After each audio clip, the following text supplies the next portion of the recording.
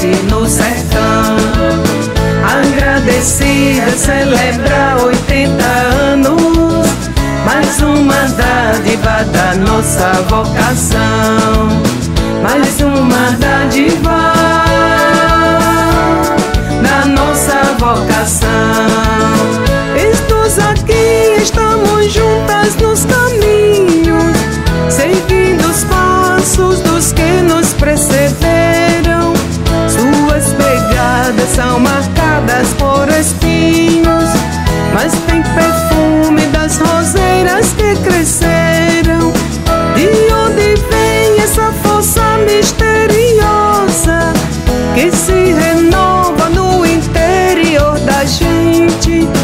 Da inspiração de Carmelita e Casanova, que no deserto lançaram suas sementes.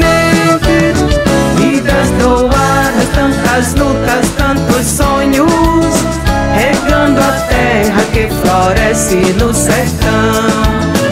Agradecida celebra 80 anos, mais uma dádiva da nossa vocação.